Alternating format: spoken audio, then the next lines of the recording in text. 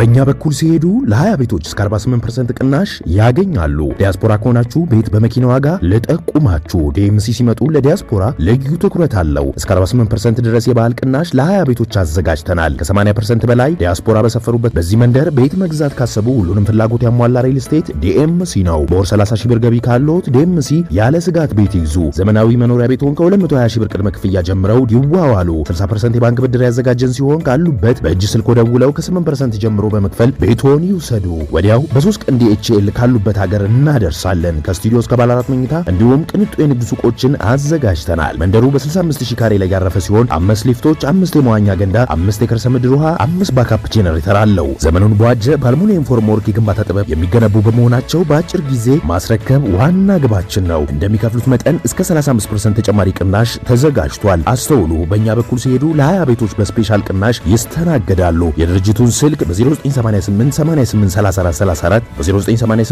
885656 ብለው ቢደውሉ መረጃ ያገኛሉ።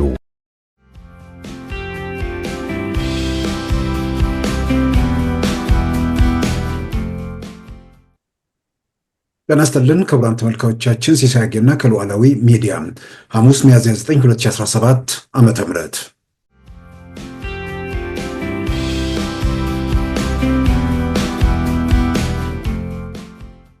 ስለዚህ ሊሆን የሚችለው ነገር ምንድነው?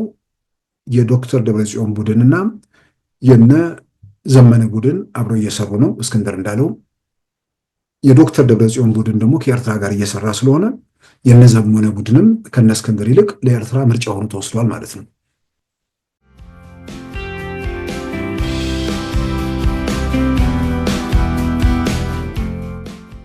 ረጅም አርቲክል ነው የጻፉት። መብት ተዋጋች የነበረው ሰው አሁን እዚህ ደረጃ ላይ ደረሰው። በኋላ ስመረምረው ህወሓት ስላሰረው ህወሓት ላይ ባለው ቂም ነው የሚል ነገር ስላነሱ ለእርሳቸውም ለሌሎችም ህወሓት በግል ያደረገኝ ነገር የለም ብቻ ሳይሆን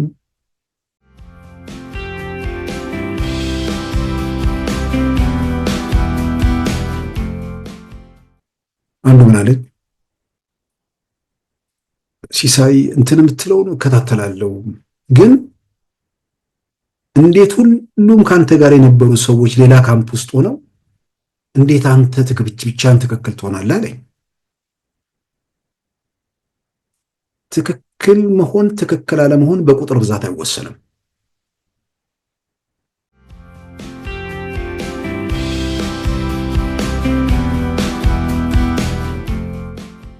ኢትዮጵያ ብሎ የሚዋጋ ተዋጊ ያለ ኢትዮጵያ ውስጥ አሁን ሁሉም የዘር ተዋጊ አይደለም። ኢትዮጵያ ውስጥ አሁን ኢትዮጵያ ብሎ የሚታገል ከዚህ መንግስት ጋር የሚቀናቀን ኃይል አለ?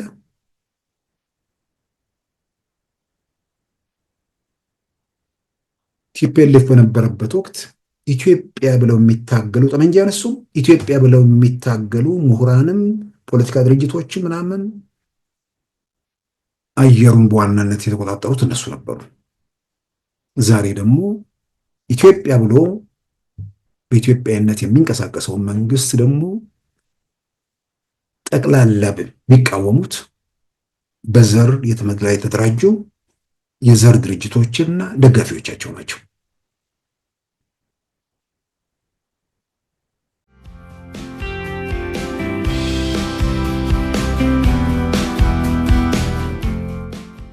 በዛሬው ፕሮግራማችን በእነዚህና በሌሎች ወቅታዊ ጉዳዮች ላይ ትኩረት አድርገናል።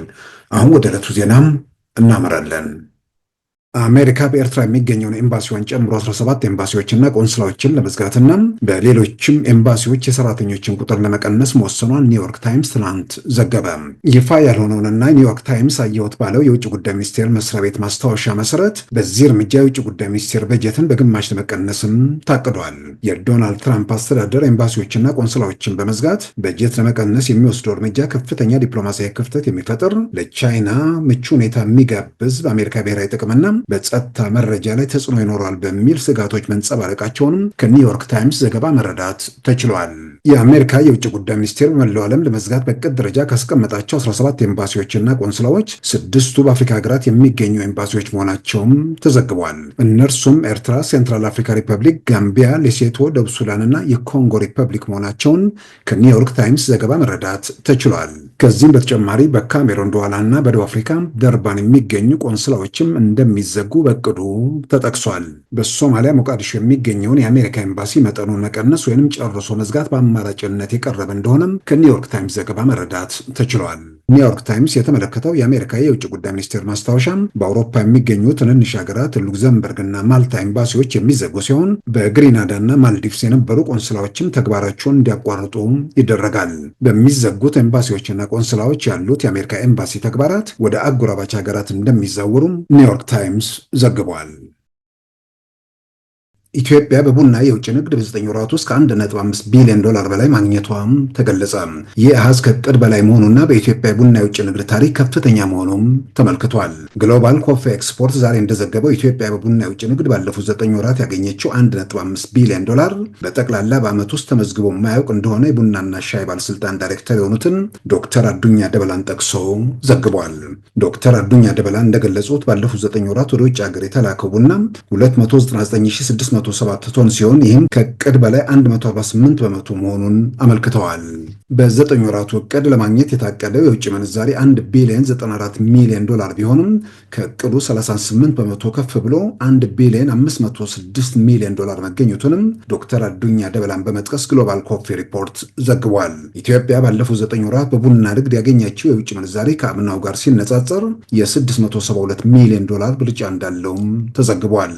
ኢትዮጵያ ወደ ውጭ ሀገር ከላከችው ቡና ሳውዲ አረቢያ፣ ጀርመንና አሜሪካም ከ1 እስከ 13 በመቶ ወደ ሀገራቸው በማስገባት ቀዳሚ መሆናቸው ተመልክቷል። ቤልጅየም፣ ቻይና፣ ደቡብ ኮሪያም፣ ዩናይትድ አረብ ኤምሬት፣ ጃፓን፣ ጣሊያንና ጆርዳን በቀጣይነት የኢትዮጵያን ቡና የገዙ መሆናቸው ተዘርዝረዋል።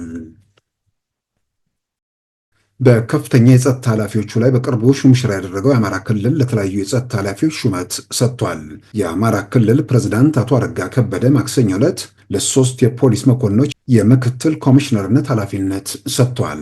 ረዳት ኮሚሽነር አበበ ውቤ፣ ረዳት ኮሚሽነር ታደሰ አያሌው እንዲሁም ኮማንደር አያልነ ተስፋዬ በወንጀል መከላከል ዘርፍ በወንጀል ምርመራና የአስተዳደርና ልማት ዘርፍ ምክትል ኮሚሽነር ሆነው እንዲሰሩ ተሹመዋል። ይህ በእንዲህ እንዳለም የትግራይ ክልል ኮሚኒኬሽን ጽሕፈት ቤት የአማራ ክልል ቴሌቪዥን ሕገ መንግስቱን ጥሷል ሲል መግለጫ አውጥቷል። የአማራ ክልል መገናኛ ብዙሃን ማክሰኞ ሚያዝያ 8 2017 ሁመራ ከተማን የአማራ ክልል ከተማ አድርጎ ዘግቧል ሲል ድርጊቱ የፕሪቶሪያውን የሰላም ስምምነት ይጥሳል ሲል ከሷል።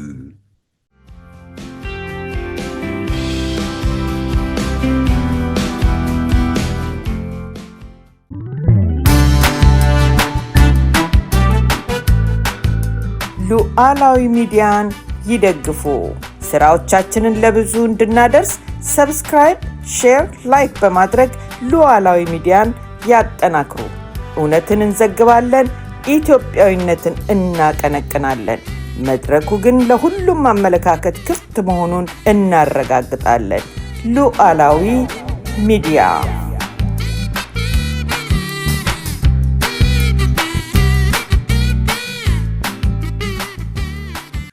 ብዙ ጊዜ ስለ ራስ ምናምን አንስቶ አርስት አድርጎ መዋየት ተገቢ አይደለም ብዬ አምናለሁ። ነገር ግን ደግሞ ከዛ ጋር ተያይዞ ተመሳሳይ ነገሮች ስለሚኖሩ ምናልባትም መነሻ ሆነኝ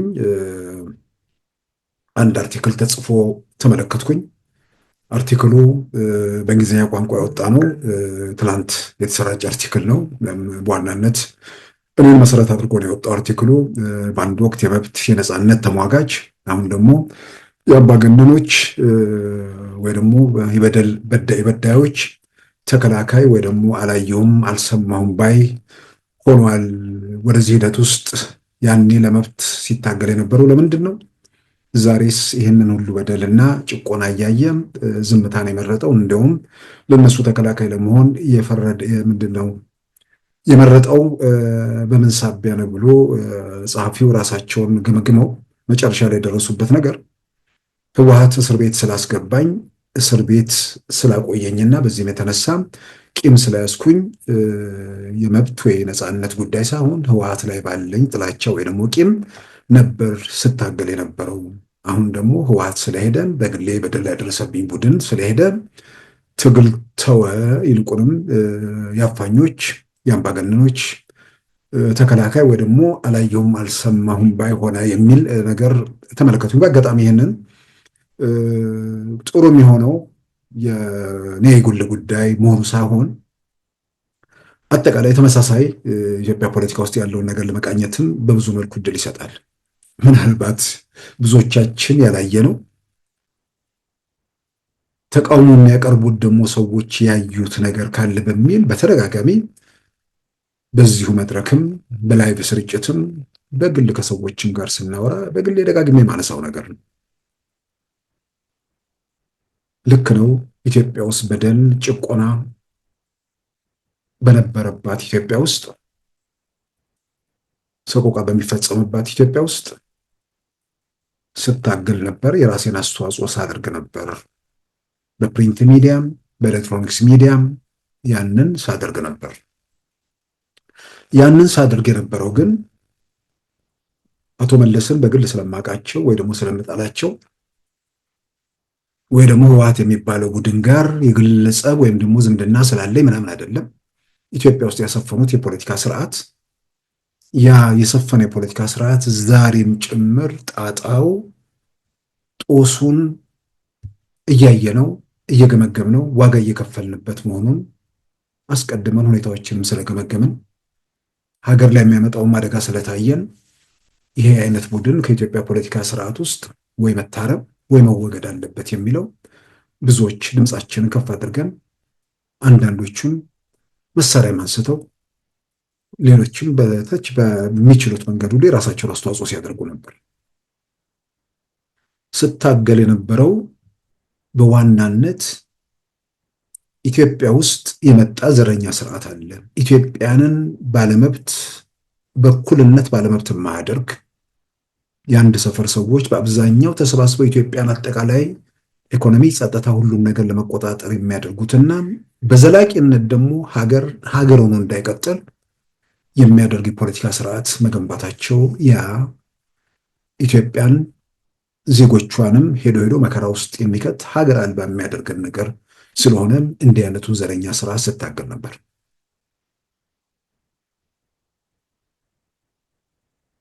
ዘረኛ ስርዓት ስታገል ነበር ማለት ዘረኛው ስርዓት በሌላ ዘረኛ ስርዓት ቢተካ ኖሮ ትግል ይቀጥል ነበር። ወይንም ስታገል የነበረው ዘረኛ ስርዓት ነው። በተወሰነ ደረጃ አምባገነንነት ምናምን የሚሉ ሰዎች አምባገነንነትም ለኢትዮጵያ ያስፈልጋት ዲሞክራሲ ይገባናል ብዬ አምናለሁ። ነገር ግን ዛሬ ላይ ቆሜ አይደለም። ምናልባት በ1997 ከኔ ጋር እስር ቤት የነበሩ ሰዎች የሚያስታውሱት ነው። አቶ መለስ ዜናዊ አምባገነን ብቻ ቢሆኑ ኖሮ ዘረኛ ባይሆኑ ኖሮ ዛሬ ከእናንተ ጋር አብሬ አልታሰርም ነበር። የአንድ ዘመን ምርጫ ስላጭበረበሩ ወይ ደግሞ ያን ነገር ስላደረጉ ያን ያህል መንግስት ነው የሆነ ቡድን ነው መደንገጡ የሚጠበቅ ነው። ነገር ግን አምባገነን ስርዓትን ቀስ እያልክ እየሞረድክ እያስተካከልከው ትሄዳለህ። ኢትዮጵያዊ መንግስት ነው፣ ኢትዮጵያዊ ስርዓት ነው፣ ኢትዮጵያዊ መሪ ነው። የዚህ ወይም ያዚያን ሰፈር በተለየ ሁኔታ የማይመለከት አምባገነን ብቻ ከሆነ ማለት ነው። ግን ህወሓት ዘረኛ ቡድን ነው። አቶ መለስም ዘረኛ መሪ ናቸው ነበሩ። በህይወት የሉም፣ ነፍሳቸውን ይማረውና። ስለዚህ በዋናነት ሀገርን እንደ ሀገር እንዳይቀጥል የሚያደርግ ዘረኛ ስርዓት አደገኛ መሆኑን ስለምገነዘብ ዘረኝነቱ ይዞን አብሮ ገደል ውስጥ እንደሚከተን ስለመረዳ በሚችለው አቅሜ በሚችለው መጠን ያንን ስታገል ነበር። ነገር ግን የግል ጸብ ወይ ደግሞ ምናምን ነገር የለብኝም በቲፒኤልኤፍ ጋር። ምናልባትም በግል ስላሰረው ምናምን ብለው እዛ ጻፊው ያነሱት ነገር እውነት ለመናገር ቲፒኤልኤፍ ጋዜጣ ላይ ጽፌ ተቃውሚያቸው ምናልባትም አንዳንድ ጓደኞቼ በኋላ በተለይ በምርጫ 97 በኋላ ከታሰርን በኋላ ከእስር ቤት ስወጣ የነገሩኝ ነገር አለ። የሆነ በአጋጣሚ ርዕሰ አንቀጾቹን የስጽፍ ስለነበር ርዕሰ አንቀጾቹን መልሼ ሳየው አለኝ አንዱ ጓደኛዬ፣ እነዚህ ሰዎች ከመጠን በላይ ታግሰውናል ብዬ ሁሉ እስከ ማመን ሄድኩኛለን። ስለዚህ ያው ያንን የሚገመግመው ምንድን ነው? መጨረሻ ላይ ከመጣው አፈን አንጻር ነው። በፊት ከነበረ ሁኔታ አንጻር ማንም ሰው እንደዛ ሊገመግም አይችልም። ስለዚህ ስታሰር ስለ ግል መብት ብቻ ሳይሆን ስለ ዜጎች መብት ሁሉ ድምፄን ከፍ አድርጌ እስከ መጨረሻው ጥግ ስል ህጉ እስከፈቀደልኝ ጥግ ድረስ ሄጄ የመሰለኝን ለሀገር ይበጃል የሚለውን ነገር ጽፌ ተቃውሚያቸው ያለምንም ፍርሃት የሚመጣውን ነገር ለመቀበል እስከ ጫፍ ድረስ ሄጄ ተቃውሜ ከዛ በኋላ አስረውኛል። ደጋግመው አስረውኛል። እውነት ለመናገር ምንም ያላደረጉ ሰዎች ላይ የሚደርሰውን በደልና ግፍ፣ ጭቆና አይ ስለነበር እኔ ላይ የደረሰው ነገር እንደ መንግስት ከሚሄዱበት ዓላማ አንጻር ዓላማቸውን እንደሚያደናቅፍ አንድ ግለሰብ ማድረግ የሚገባቸው ሁሉ ማድረግ የሚጠበቅባቸውን። ስለዚህ እኔ ላይ አልደበደቡኝ፣ ሌላ ነገር አላደረጉብኝ። እርግጥ ነው በ97 ምርጫ ጋር ተያይዞ 98 አካባቢ ላይ ሲያስሱኝ ጠፍቼባቸው ነበር።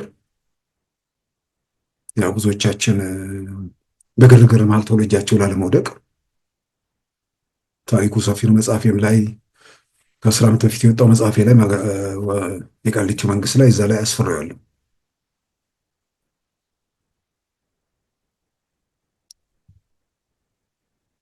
ያን እንግዲህ በነበረ ሁኔታ ውስጥ ወዲያው እጃቸው ላይ ላለመግባት የተወሰነ የሚደረጉ ነገሮች ይኖራሉ።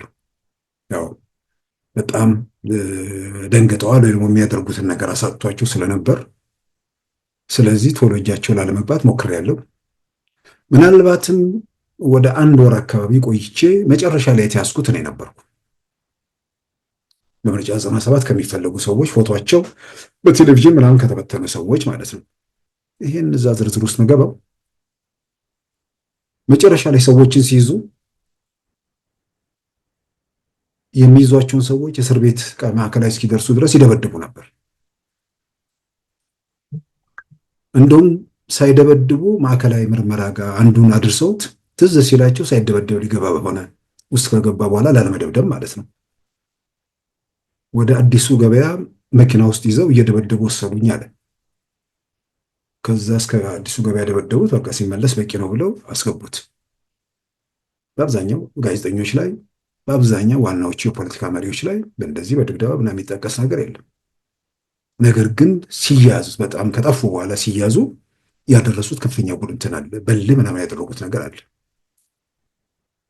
እኔ ደግሞ ከጠፋው በኋላ ወይ ደግሞ ከተሰወርኩባቸው በኋላ በቮይስ ኦፍ አሜሪካ ትንሣኤ የሚባል የዛን ጊዜ የተቃዋሚዎች ሬዲዮ ነበር። በነዛ ላይ የሚፈጽሙትን የሚያደርጉትን ነገር ሁሉ ትክክል እንዳልሆነ በአደባባይ ወጥቼ አቋሜን ገልጫለሁ። ካለሁበት ማለት ነው፣ ከተደበቅኩበት። ያንን አድርጌ መጨረሻ ላይ መጠብቀው ይደበድቡኛል ምናምን አለም። ከዛም ያለፈ ነገር እጠብቅ ነበር። እውነት ለመናገር የሚያደርጉትን የሆነ ወንበራቸው በጣም ስለተነቃነቀ ድንጋጤ ወስናቸው ሰዎቹን አስረው ምንም ብለውም በጣም የተረጋጉበት ጊዜ አልነበረም። ልክ ተረጋግተዋል ነገሮች ምናምን ብዬ ባሰብኩበት እና ባመንኩበት ፍርድ ቤት መቅረብ ምናምን በተጀመረበት ወቅት ከዛ አይ ሄጄ አሁን ሪፖርት ላድርግ ብዬ ወሰንኩ። ለመገናኛ ብዙሃኑ ገለጻ ስሰጥ በነበረበት ወቅት ስናገር የነበረው ከሀገር ርቅ ያለው የሚል ነገር ነው። አገር ቤት ነበርኩኝ። አገር ቤት ብቻ ሳይሆን አዲስ አበባ ነበርኩኝ፣ እሱ አጠገባቸው ማለት ነው። ልክ እንደ ነገ ረቡዕ ቀን ሄጄ ሪፖርት ለማድረግ ነገር ግን ደግሞ ያው ሚዲያዎቹ ላይ ወጥቼ የተናገርኩት ነገር ላይ እልህ ምናምን ሊኖራቸው ስለሚችል የሆነ ቦታ ላይ ምናምን የሆነ ነገር አድርገው ሊያመልጥ ስል ምናምን የሚል ነገር ሊያመጡ ስለሚችሉ ምናልባት ትልልቅ ለሚባሉ ሰዎች ነፍሳቸውን የማረውና ለቀድሞ የኢትዮጵያ ፕሬዝዳንት ለዶክተር ነጋሶ እና ለሌሎች አንዳንድ ሰዎች ያው ስልክ ቀይሬ ካለሁበት ከተደበቅኩበት ሪፖርት ላደርግ ነው። ምናልባት የሆነ ነገር ቢደርስ እንኳን ወቁት በሚል ነው። ይሄ ባለበት ሁኔታ ውስጥ እንደ ነገር ሪፖርት ላደርግ እንደ ዛሬ ያለሁበት ምናልባት ስልክ እንትና መሰረት አድርገው ነው ደረሱብኝ፣ መጡ ያለሁበት ድረስ። ከመጡ በኋላ ያው ቀደም ሲል እንዳልኩት ድብደባ አለ ምናምን አለ። ልክ ግቢውን ውስጥ ከገቡ በኋላ መግባታቸውን እንዳረጋገጥኩ ስጠቀምበት የነበረውን ስልክ ትቼ የራሴን ስልክ እንትን ማለት ነበረብኝ። ያን ቀይሬ ከመኝታ ክፍል ወደ ሳሎን ስመጣ ልክ ሳሎን ላይ ደረሱብኝ። ከዛ አንዱ ያው ጠመንጃ ሽጉጥ ይዞ ነበር። በአፈሙዙ ሊመታኝ ሰነዘረ። አጋጣሚ ዝቅ ስለ እንትን አልኩ። ይህን የሚያደርገው ቲፒኤልኤፍ ሰው አይደለም፣ አለቃቸው የቲፒኤልኤፍ ሰው ልክ ወዲያው ቅጽበት ደረሰ። እንዳልነኩት አለ። ልክ የሆነ የምንድን ነው መልአክ ሆነ ከሰማይ ወረደ የሚመስል ነገር ነው የነዛ እልህና ይሄ ሰውዬ አለቃቸው አትንኩት የሚለው ነገር ሲመጣ ምናልባትም ጎብጅተው ነበር በደንብ ሊደቁሱኝ። በኋላ እሱ እንትን አደረገ። ይሄን ዛሬ ማውራው ነገር ሳይሆን መጽሐፌም ላይ ጽፌዋለሁ። አሁን ይሄን የምዘረዝረው ቲፒኤልኤፎች በግል ያደረሱብኝ ነገር የለም። በዚህ ወቅት እንኳን እንዳልደበደብ የከለከለው የህወሓት ሰው ነው። ምናልባት በጥሩ ሰው ሊሆን ይችላል። ምናልባትም እንደዛ አታድርጉ የሚል መመሪያ ከላይ ወርዶም ሊሆን ይችላል።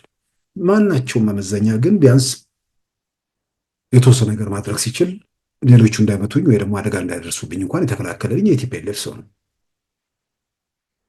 ቀደም ሲል እንዳልኩት እስር ቤት የገባሁት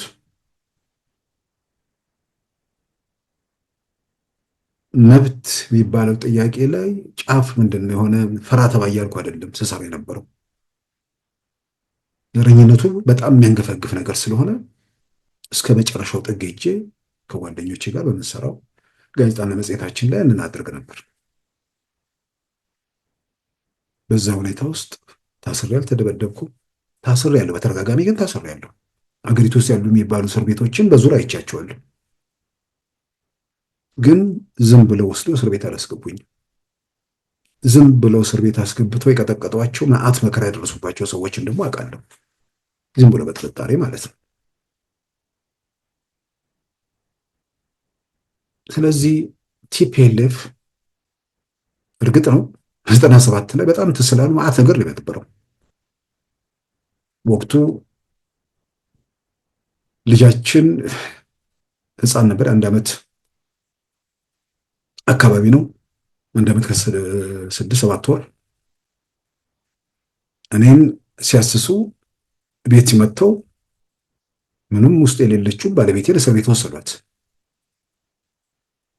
እንደገና ወላጆቼ ጋር ደግሞ ሄደው እህቴን ወደ ዴዴሳ ካምፕ ወሰዷት። መውሰድ ብቻ ሳይሆን ፀጉሯን ላጭተው መልሰዋታል፣ እንትን ብለዋታል። ይሄ ሌላው ላይ ከደረሰው ምንም ሳያደርግ ምንም ነገር ሳይፈጽም ሰዎች ላይ ከደረሰው ነገር አንጻር እኔ የሚጠበቅ ነገር ነው። በዚህ ቅንጣት ታክል የሆነ ቂም ምናምን የለብኝ። ቂም የሚያስይዘኝ ሀገር ላይ ጠቅላላ ኢትዮጵያ ላይ የሚፈጽሙት ነገር ነው። ነገ ሀገር እንዳይኖረን የሚያደርግ ዛሬም ብቻ እያዩ ከመንደራቸው ከሰፈራቸው ባሻገር ማየት ተስኗቸው ሀገር ላይ የሚያደርሱት መከራ ነበር የሚያሳስበኝ።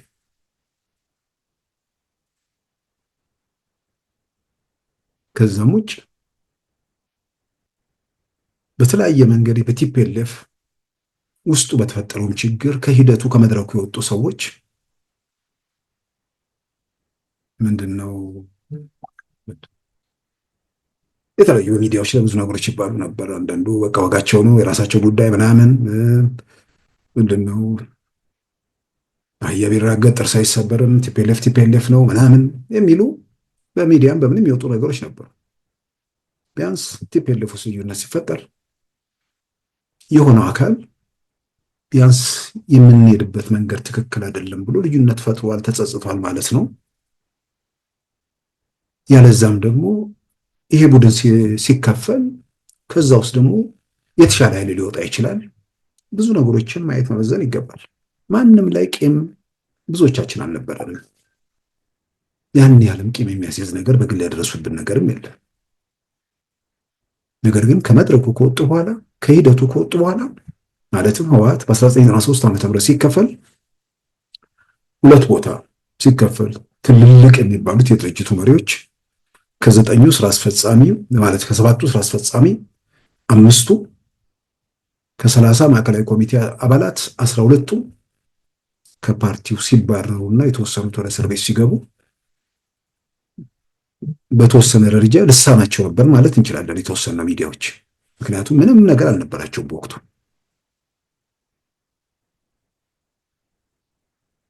እናቶ ስዬ እስር ቤት ሲገቡ፣ እናቶ ቢተው እስር ቤት ሲገቡ፣ የደቡብ ክልል ፕሬዝዳንቱ አቶ አባተ ኪሾ በተመሳሳይ ከነሱ ጋር ተይዞ እስር ቤት ሲገቡ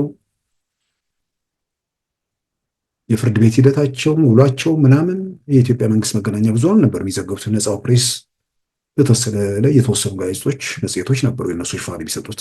ያም ብቻ ሳይሆን በሚዲያ ተከታታይ ዘመቻ ይከፈትባቸው ነበር። መልስ መስጠት የሚችሉበት መድረክ አልነበረም። መልስ የሚሰጡበትን መድረክ አመቻችተን በእኛው ጋዜጦች በእኛው መጽሔቶች ላይ አቋማቸውን ያንጸባርቁ ነበር። ያን የለቀቁ የህወሓት ማዕከላዊ ኮሚቴ አባላት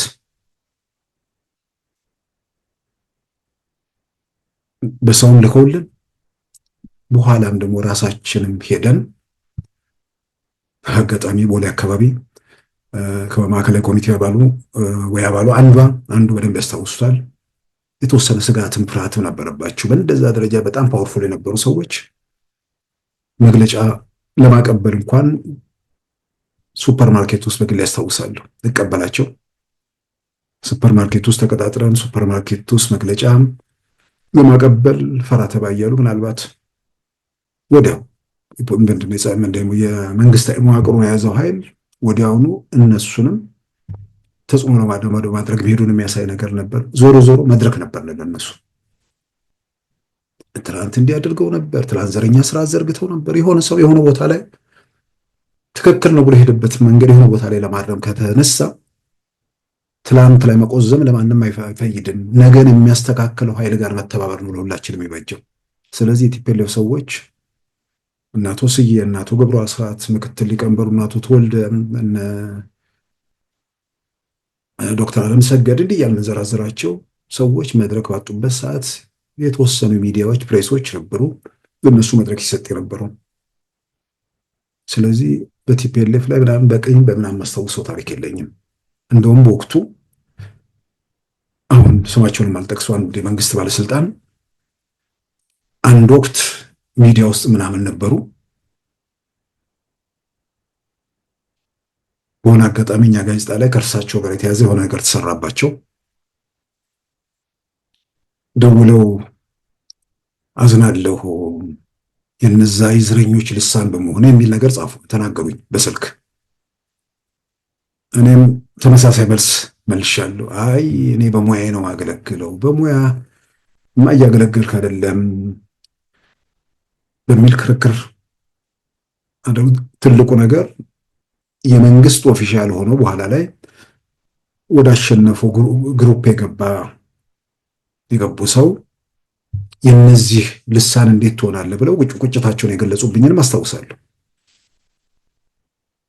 ያም ብቻ ሳይሆን ከዛ በኋላ እነዚህ ሰዎች በሆነ ሚዲያ ላይ መግለጫ እያወጡ ምናምን እንትን የሚሉት ነገር አይደለም። ስለዚህ ራሳቸው ሚዲያ ማቋቋም ፈለጉ። ህዝባዊ የሚባል በትግርኛና በአማርኛ የሚታተም ጋዜጣ ነበራቸው። አቶ ገብሩ አስራትና ወይዘሮ አረጋሽ ሁለቱም የህወሓት ማዕከላዊ ኮሚቴ አባላት፣ አቶ ገብሩ ደግሞ የስራ አስፈጻሚ ነበሩ። አቶ ገብሩ የትግራይ ክልል ፕሬዝዳንት፣ ወይዘሮ አረጋሽ ደግሞ ምክትል ፕሬዝዳንት ወይ ደግሞ ጸሐፊ ነበሩ። በእነሱ አዘጋጅነትና ምክትል አዘጋጅነት የሚዘጋጅ ህዝባዊ የሚባል ጋዜጣ ነበረ። ጋዜጣውን ከማቋቋማቸው በፊት በተወሰነ ደረጃ ሚዲያ ውስጥ ምናምን ስለነበር እኛ እነሱ ላይ የሆነ የተለየ ነገር ጥላቻ ምናምንም ስለሌለብን ተበድለዋል ብለን መድረክም ስለሰጠናቸው በተወሰነ ደረጃ እነሱም ከርቀት የሚፈሩት ነገር እኛም ከርቀት የምንፈራው ነገር የተወሰነ ነገር ሰዎች በተለያየ መንገድ በተቀራረቡ ቁጥር የሚፈተን የሚል ነገር የሚለዘ የሚረገጥ የሚል ነገር እንዳለ ነው የምንረዳው። ስለዚህ ጋዜጣ ለማቋቋም ሲሉ ቢያንስ የተወሰኑት ጋር ቁጭ ብዬ ሌሎችም የተለያየ ሰው አነጋግረዋል ብዬ አምናለሁ። የሚዲያው አሰራር ምናምን ምን ይጠበቃል ምናምን የተወሰነ ነገር ምናውቀው ያለፍንበትን ነገር ላይ አስተያየት ምናምን ይሰጠናቸዋል። ትልልቅ አምባሳደር ምናምን የነበሩ ሰዎች ማለት ነው ኢትዮጵያ ውስጥ። ያ ተሸንፎ ስለወጣ ወይ ደግሞ ምናምን ስለሆነ አይደለም፣ ወይ ደግሞ ትላንት የሆነ ነገር ኢትዮጵያ ላይ ስላሰፈኑ በዛ ቂም የተነሳ ወይ ደግሞ ሳይሆን የሆነ ቦታ ላይ ሰዎች ራሳቸውን ለማረም ትክክል ያለበት አይደለም የሚሉትን ነገር ለመለወጥ ምናምን እንትን ሲሉ በተወሰነ ደረጃ እንደዛ አይነት እድል መስጠትና መድረክ ማመቻቸት ጠቃሚ ነው። አንዳንዴ ሰው በራሱ ሰርክል ላይ ብቻ ይሆንና የማይደርስበት ቦታ ላይ ፍራቻ ሊያድርበት ይችላል። እየተቀራረቡ በመምጣት መሃል አንዳንዴ ሳሉት ወይ ደግሞ በሆነ በአሉታዊ መንገድ የሚመለከቷቸው ነገሮች ወደ አዎንታዊ ሊለወጡም ይችላሉ። በዚህ ረገድ መድረክ መስጠት ብቻ በመድረክም በመስጠት ባልኩት መሰረት ምንድነው ሚዲያ ሲያቋቁሙ ሚዲያ ውስጥ ስለቆየን ምን ይገጥማቸዋል፣ ምን አይነት ነገር ለምሳሌ በወቅቱ በግሌ ከሰጠኋቸው አስተያየት ዋና አዘጋጅና ምክትል አዘጋጅ አቶ ገብሩና ወይዘሮ አረጋሽ ሲሆኑ አይ ሚዲያው እንዲቀጥል ከፈለጋችሁ እነዚህ ሁለት ትልልቅ ሰዎች አዘጋጅና ምክትል አዘጋጅ ባይሆን ይሻላል። እነሱ ከሆኑ ወዲያውኑ በትንሽ ሰበብ እስር ቤት ያስገቧቸዋል፣ ጋዜጣው ይቆማል። ስለዚህ ሌላ ሰው ብታደርጉ የሚል በግሌ ከነሳሁት ያቀረቡት ሀሳብ ነበር። በእነሱ በኩል ደግሞ የነሱ ስም መኖሩ ለጋዜጣው ተሰሚነት ወይ ደግሞ እንትን ሰው ጋር ለመድረስ ያለውን እድል ያሰፋል የሚል እምነት አላቸው። ያንንም ደግሞ አምደኛ በሚል ዘረዝሯቸው አምደኛ የሚለው ሰው በህግ ተጠያቂነት የለበትም፣ አዘጋጅ የሚለው በህግ ተጠያቂነት ስላለበት አጠፋችሁም አላጠፋችሁም ወስደው ሊያስራችሁ የሚችሉበት እድል የሚል እንዲህ አይነት ሀሳቦች ተራውጠን ነበር። ያው በኋላ አዘጋጅ ምክትል አዘጋጅ መሆን እነሱ ቀጠሉ። እስከ ተወሰነ ድረስ ጋዜጣ ሄዷል። ይሄን ዙሪያ ጥምጥም ውስጥ የምገባው በሆነ አጋጣሚ እንግዲህ አንዳንዴ ከህወሓት ጋር ተያይዞ ሌሎችም ሰዎች ሲያነሱ አንዳንዱም በየአጋጣሚ ሲጽፍ ስለማየው አሁን ደግሞ የተደራጀ ጽሁፍ ተጻፈ። ሰውየው ጸሐፊው ረዥም አርቲክል ነው የጻፉት። መብት ተዋጋች የነበረው ሰው አሁን እዚህ ደረጃ ላይ ደረሰው። በኋላ ስመረምረው ህወሓት ስላሰረው ህወሓት ላይ ባለው ቂም ነው የሚል ነገር ስላነሱ ለእርሳቸውም ለሌሎችም ህወሓት በግል ያደረገኝ ነገር የለም ብቻ ሳይሆን ምናልባትም በታሰርኩበት ወቅት የታሰርኩት እንደዚህ አይነት መንግስት ስልጣንም በማናቸውም መንገድ ነቅነቅ እንዲለበት የማይፈልግ መንግስት የሆነ የሚቃወመው ምናምን ብዙ ሶስተኛው ዓለም ሀገር ውስጥ የሚጠበቅ ነገር ነው። በዛ ቂም የለኝም። ምናልባትም ደግሞ የከፋ ነገር ሊያደርሱብኝ በሚችሉበት ሁኔታ ውስጥ ጭምር ትተውኛል። ምንም ቂም የለብኝም። ይሄንን በዚሁ አጋጣሚ እንትን ለማለት ነው። ከዛስ በኋላ አሸናፊው የአቶ መለስ ቡድን ቀጠለ። ምርጫ 97 የሚባል በእውናችን በህልማችንም የማንገምተውን ነገር በእውናችን ማየት ጀመር። ከፍተኛ የምርጫ ፉክክር፣ ትልቅ በኢትዮጵያ ታሪክ ውስጥ ታይቶ የማይታወቅ ነገር ታየ። ስለዚህ በአደባባይ ለዛ ተግባራቸው በተለይም አቶ መለስ ዜናዊ ታሪክ እየሰሩ ነው። ጥቀርሻ የለበሰ ስሙ በወርቅ ቀለም የሚጻፍበት ምዕራፍ ላይ ደርሰዋል።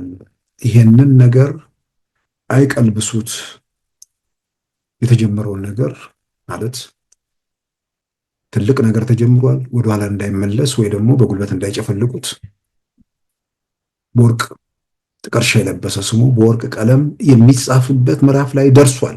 ይሄንን የምለው የጻፍኩት የአቶ መለስ መንግስት ከ1983 እስከ 1997 14 ዓመት ስልጣን ላይ ቆይቶ መዓት ነገር፣ መዓት መከራ፣ መዓት ፈተና፣ መዓት ስቃይ ኢትዮጵያን ላይ አድርሶ ትላንት ይህን መከራ ይህን ስቃይ አድርሳል እያሉ እዛ ላይ ማመንዠጉ ወይም ውጤ ማለቱ ሳይሆን ነገን እንዲያርሙ ማድረግ የበለጠ እንጠቀማለን። የሆነ ወቅት ላይ ጠፋ ሰው የሆነ ጊዜ ላይ በጎ ነገር ሲሰራ ለዛ በጎ ነገሩ እውቅና መስጠትና ይሄን ነገር አታበላሽው ብሎ ጥሪ ማቅረብ ተገቢ ነው ብዬ አምናለሁ። ነገር ግን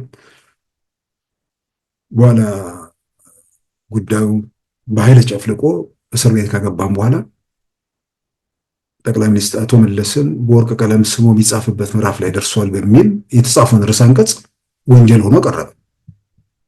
ለወንጀል ምክንያት አድርጎ የተወሰደው ከፊት ያለው ጥቀርሻ የለበሰው ስሙ የሚለው ነገር ነው።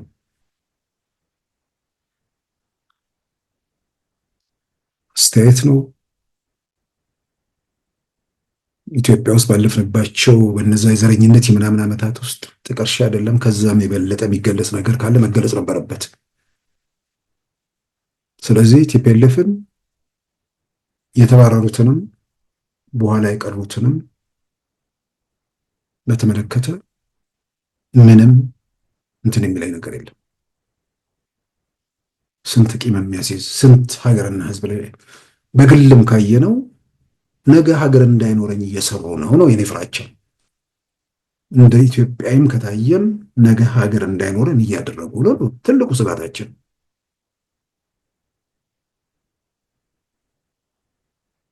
ስራቸው ሁሉ ስለሚያድሩበት ስለሚኖሩበት ሳይሆን ስለሚውሉበት ቤት ነበር የሚመስለው ሁሉ ነገር፣ ሌብነቱም ምናምኑም። ስለዚህ ህወሓት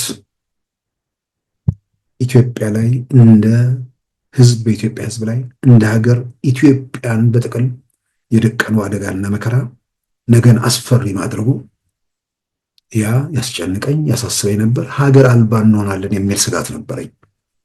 ለዚህም ይሄንን ዘረኛ ስርዓት በዚህም በዚያም ብሎ ከኢትዮጵያ ፖለቲካ ውስጥ እንዲወጣ ማድረግ ለኢትዮጵያን ትንሣኤ ነው ብዬ አምን ነበር። ለማረም ብዙ ጥረት ተደርጓል። የሚታረም ቡድን እንዳልሆነም በተለየ መንገድ ታይቷል። ስለዚህ ህወሓት ማለት ይሄ ነው፣ የግል ቂምም የለብኝም። ስቃወሙ የነበረውም በዚህ ምክንያት ነው። ከዛስ በኋላ ህወሓት ከሄደ በኋላ ማን መጣ? ህወሓት ከሄደ በኋላ በኢትዮጵያ ፓርላማ በኢትዮጵያ ቤተ መንግስት ውስጥ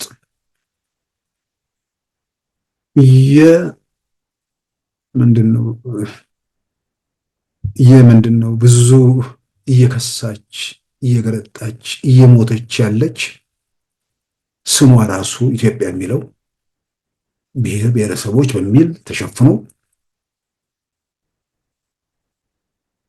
በብዙ መልኩ ኢትዮጵያ የሚለውን ነገር ማጉላት፣ ኢትዮጵያ የሚለውን ነገር ማውለብለብ። በነገራችን ላይ አሁን አንዳንዱ ስለ ሰንደቅ ዓላማ ድንገት ያው ብዙ ሰው አይኑን የገለጠው 2010 የጠቅላይ ሚኒስትር አብይ ለውጥ ከመጣ በኋላ ነው። ግን ያኔ ለውጡ ሲመጣ በአዋጅ ገደብ የተጣለባት የኢትዮጵያ ባንዲራ ጭምር ነፃነቱን አገኘ። ስለዚህ ሰው ያኔ ባንዲራውን በነፃነት ማውለብለብ ጀመረና በኋላ ላይ ደግሞ ገደቦች ሲመጡ በቲፒኤልኤፍ ዘመን እንኳን አልተከለከለም የሚል መጣም። ወይ በቲፒኤልኤፍ ዘመን አልተወለዳችሁም፣ ወይ በቲፒኤልኤፍ ዘመን አናይም አንሰማም ብላችሁ ራሳችሁን ትብላችሁ ነበር። ካልሆነ በስተቀር በአዋጅ ኢትዮጵያ ውስጥ አረንጓዴ፣ ቢጫ፣ ቀይ ባንዲራን ንጹሕን ይዞ መውጣት ወንጀል ነው። በእስራት ያስቀጣል፣ በገንዘብም ያስቀጣል። ያ ነፃ ነው ወጥቶ ነበር። ያ ነፃነት እንዴት ተገደበ የሚለውን ደግሞ ሰዎች መጠየቅ ነው። ያው ኢትዮጵያ የመጀመሪያዎቹ ወራት የዘረኝነት ወራት ነበር። ዘረኞች የፋፉበት፣ ዘረኞች ሄደው ሌሎች ዘረኞች ደግሞ በከፍተኛ ደረጃ የፋፉበት፣ እንደ ቲፒኤልኤፍ ለመሆን የሚያስቡ ዘረኞችና እኛም ይገባናል ደግሞ ብለው እንደዚሁ ያደፈጡ ዘረኞች ሀገሪቱን የቀውስ የግርግር የምናምን እንትን ውስጥ ከተቷት። የዛን ጊዜ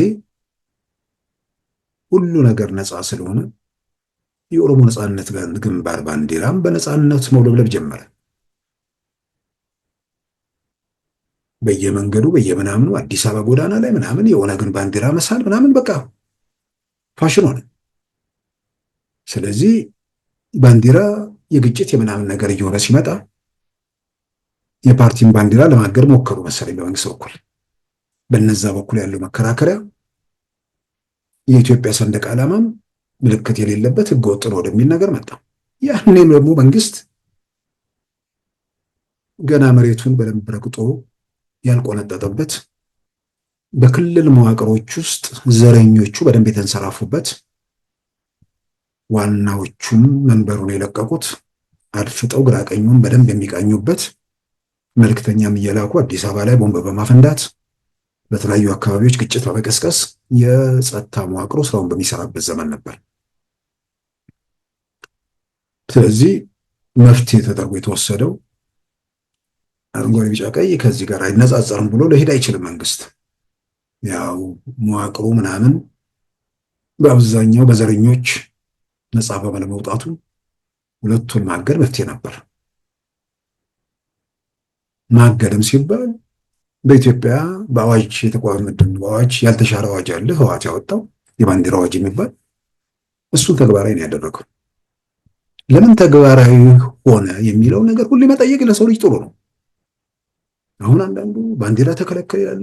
ሂደቱ ምን ነበር? ከመጨረሻ አንድ ነገር አይጀመርም። ለምን፣ እንዴት፣ ምናምን የሚለውን ነገር መመርመር። አንዳንዴ ጠቅላይ ሚኒስትሩ እኮ ባንዲራም የከለከለው ያኔም ሲመጣ ኢትዮጵያ ኢትዮጵያ ያለው የህዝቡን ቀልብ ለመግዛት ምን ለማለት ነው እንጂ ያው በሂደት እኮ ባንዲራውንም አገዱ፣ እንዲያደረጉ። ይህን ደግሞ የሆነ ሰው ይናገራል፣ ሌላው ይገዛውና እንደ ትልቅ በምርምር እንደደረሰበት ነገር ደግሞ ያወራል። ጠቅላይ ሚኒስትሩ የኢትዮጵያ ፖለቲካ ስልጣን የመሪነት ስልጣን ሳይመጡ ምናልባት እሳቸውን ለመገምገምም ጥሩ እድል የሚፈጠር እርካብና መንበር የሚለው መጽሐፋቸው ላይ ኢትዮጵያዊነት እንዴት ነው የገለጹት? ገና ቤተ መንግስት አይደለም በደጃፉም ላይ አልቆሙም ነበር። ኢትዮጵያዊነትን እዛ ላይ አግንነው ያነበበ ሰው በኋላም የባንዲራ ምናምን ጉዳይ ለምን ገደብ እንደተደረሰበት ፖለቲካውን ለሚያገናዘብ ሰው ምንም የተለወጠ ነገር እንደሌለ ይረዳዋል። ስለዚህ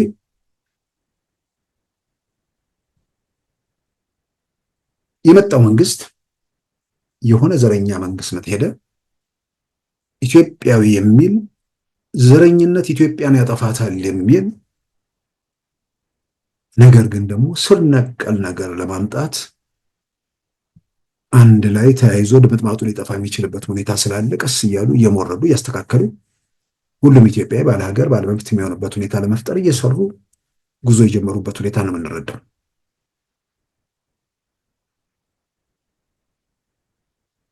ይሄ ባለበት ሁኔታ ውስጥ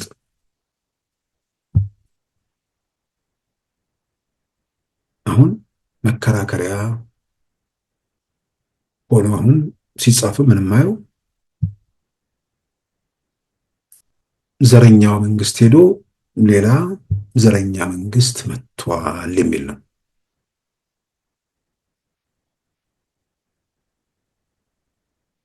ቅድም ያልኩት ነገር አለ። ዘረኛ መንግስትና አምባገነን መንግስትን ስታገል ነበር። አምባገነንነትን በተወሰነ ደረጃ እንደተወሰነ የምትታገስበት መጠን አለ። የመጀመሪያ ምርጫ ላይ ለምሳሌ ደነግጡና ምንም አንለቅም ሊሉ ይችላሉ። አንዳንዴ ደግሞ አምባገነንነት አሁን ባለፈው ማንስቻለሁ እንደ ሩዋንዳ ባለ ሀገር ውስጥ ከጋሜን አምባገነን የሚሉ ሰዎች አሉ። ጠንካራ ሰው ያስፈልጋል። ከዛ ሁሉ የዘር ፍጅት እልቂት በኋላ ከ800,000 እስከ 1,000 ሰዎች እስከ 1 ሚሊዮን ሰዎች ካለቁ በኋላ ህግና ስርዓትን አጥብቆ የያዘ ብዙ ነገሮች ላይ ተጽዕኖ ማድረግ የሚችል መሪ፣ ጠንካራ መሪ በጣም አስፈላጊ ነገር ነው። ምናልባት አንዳንዴ ከዲሞክራሲ መርሆች ምናምን ከሚባለው ወጣ ሊል ይችላል። እንደ ሽግግር አንድ የተበላሸ ትልቅ ነገር አለ። ያን ለመጠገንና ለማረም ማህበረሰብን መልሶ ለማዋሃድ አንዳንዴ ቆንጠጥ የሚያስደርጉ ነገሮች ይኖራሉ። እነዛ ቆንጠጥ የሚያደርጉት አንዱን ለመበደል አንዱን ለመጥቀም መሆን የለበትም። ነገን የተሻለ ለማድረግ የሚደረጉ ጥረቶች እስከሆኑ ድረስ ተቀባይነት አላቸው። ያንን በዛ አንጻር ማየቱ በብዙ መልኩ ይጠቅማል ብዬ አምናለሁ። ስለዚህ ዘረኛው መንግስት ሄደና ኢትዮጵያዊነት የሚያቀነቅን መንግስት መጣ። በፕሮግራም ጽፎ ምናምን ባይሆን ጠቅላይ ሚኒስትሩ ቢያንስ በአደባባይ በፓርላማም በየመድረኮቹም በየአጋጣሚዎችም ኢትዮጵያዊነትን ያውለበልባሉ። ኢትዮጵያዊነትን ያውለበልባሉ ብቻ ሳይሆን በኢትዮጵያ ታሪክ ውስጥ የራሳቸው በጎም መጥፎም አዎንታይም አሉታይም ሚና ያላቸው መሪዎች ያው የኢትዮጵያ መሪዎች ናቸው በሚል ታሪካቸውን የመግለጥ ያ ሲሆን ደግሞ በሆነ መንገድ እነዛ መሪዎች ላይ አስቀድሞ ስራዎች የሰሩ ሰዎች ጠቅላይ ሚኒስትሩን ወደ ዙፋን ናፋቂነት ወይ ደግሞ የቀድሞ ስርዓት ናፋቂነት በሚል የተደረገውን ዘመቻ ሁላችንም እናስታውሰዋለን። በኢትዮጵያ ታሪክ ውስጥ ያለፉ ሰዎች የኢትዮጵያ ታሪክ አካል የሆኑ ሰዎችን ጆርጅ ዋሽንግተን አሜሪካ ውስጥ ባሪያ አሳዳሪ የነበሩ ናቸው፣ ግን እጅግ በጣም የተከበሩ መሪ ናቸው። ምናልባት በመረጃዎች በምናምን አብርሃም ሊንከን እና እሳቸውን የሚያህል አሜሪካ ውስጥ የሚከበር መሪ የለም። ነገሮች የሚመዘኑት በነበሩበት ዘመን ነው። አንደኛውና 16ኛው ፕሬዝዳንቶች ማለት ነው። ስለዚህ ጠቅላይ ሚኒስትሩ በኢትዮጵያ ታሪክ ውስጥ ሚና ያላቸውን መሪዎች በተመለከተ ታሪኮችን መግለጥ፣ የተሸፋፈኑ ነገሮችን አደባባይ ማውጣት፣ የሰሩትን ስራ ሁሉ መቀበል ወይ ደግሞ ማወደስ አይደለም። ግን ኢትዮጵያ መሪዎች ነበሩ። በጎ ነገሮችም ነበሯቸው፣ መጥፎ ስራዎችም አሏቸው። መጥፎ ስራዎቻቸው የዘመን ውጤቶች ናቸው አይደሉም? እሱ ሊያከራክር ይችላል። ስለዚህ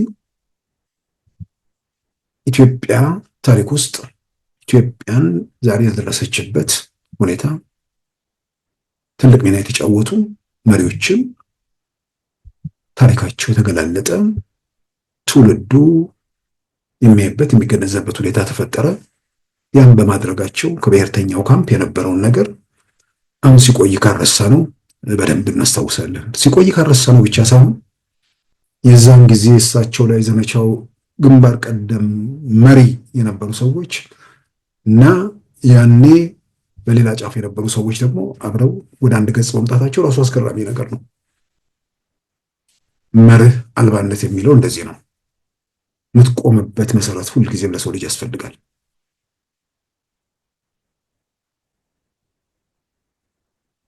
ስለዚህ ኢትዮጵያ ውስጥ ዘረኞች ጋር መፋለም የጀመረ ዘረኞች ሂደቱን እንዳይቀለብሱ የታገለ መንግስት እንዳለ በዓይናችን እያየን ነው። በቃልም በድርጊትም ያንን ሲያደርጉ የነበሩ ሰዎች ናቸው። የመጀመሪያዎቹ የግርግር ዓመታት ሁሉም ሰፈር ያለ ዘረኛ ሀገሩን ያዋከበበት ዘመን ነበር። በኋላም ጦርነቶች ውስጥ ኢትዮጵያ ብሎ የሚዋጋ ተዋጊ ያለ ኢትዮጵያ ውስጥ አሁን ሁሉም የዘር ተዋጊ አይደለም። ኢትዮጵያ ውስጥ አሁን ኢትዮጵያ ብሎ የሚታገል ከዚህ መንግስት ጋር የሚቀናቀን ኃይል አለ?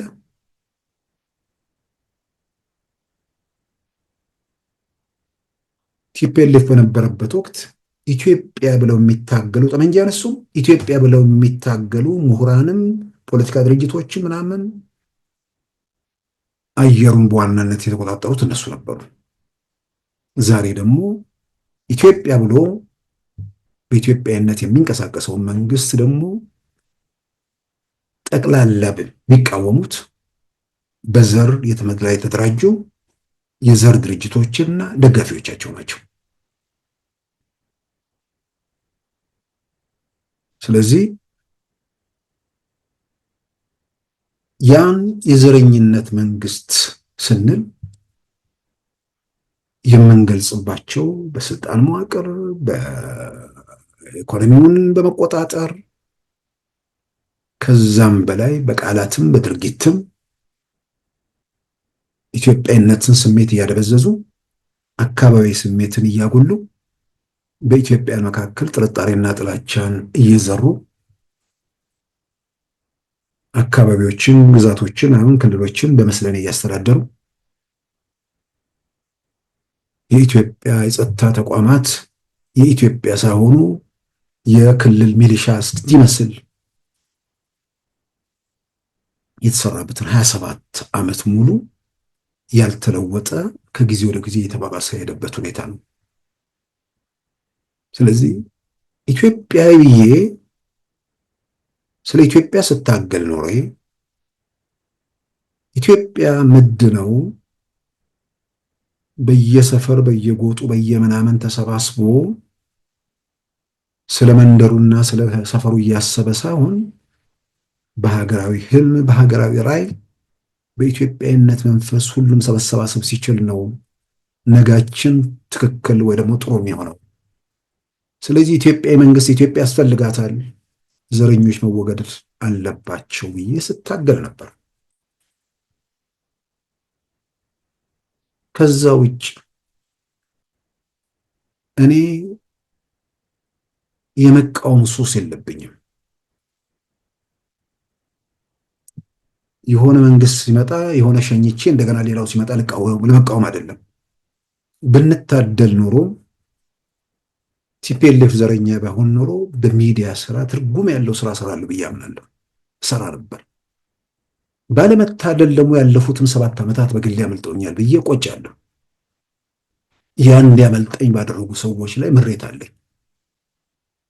እውነት ለመናገር አንድን ነገር ለመለወጥ ትግል ማድረግ በትግል ውስጥ የሚጠፉ ጊዜያት ምናምን የተቀደሱ ናቸው። ሁኔታዎች ከተለወጡ በኋላ በስልጣን አምሮትና በዘረኝነት ሀገር ህዝብ ላይ ሰቆቃ መከራ እንዲቀጥል ለማድረግ በየሰፈር በየቀይ በየምናምን ተዋድሩ ችግር የሚፈጥሩ ሰዎች ያለፉትን 7 ዓመታት ብዙዎቻችን ሁሉም ወደ የዘርፉ ወደ ሙያ ተመለሰን ሙሉ ትኩረታችንን የጋዜጠኝነት በግሌ ህይወቴ እዛ ውስጥ ነው ያምናለሁ። የህይወት ጥሬ ጋዜጠኝነት ቢኖር ብዬ ማመን ሰው ነኝ። ያንን ማድረግ ሲገባኝ የሆነ አየሩ በአንድ ወገን ዘረኞች አየሩን ሲበክሉ እዛ ላይ ባላንስ ማድረግ፣ ሰውን ከውዥንብር መታደግ።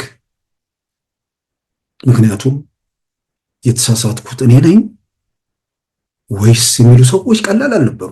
አየሩ ጠቅላላ በአንድ ነገር ሲሞላ የማረሰው ሰው አለ በካናዳ አካባቢ ማቀው በየቦታው የማገኛቸው ሰዎችም አሉ። ቢያንስ አንድም ይሁን 10 ሰው አለመሳሳቴን ማቀው አንተን ሳይ ነው የሚል ሰው አለ። ሁሉን ነገር መዝኖ አይቶ ግን ውዥንብሩ አየሩን ሲሞላው ግራም ይጋባ።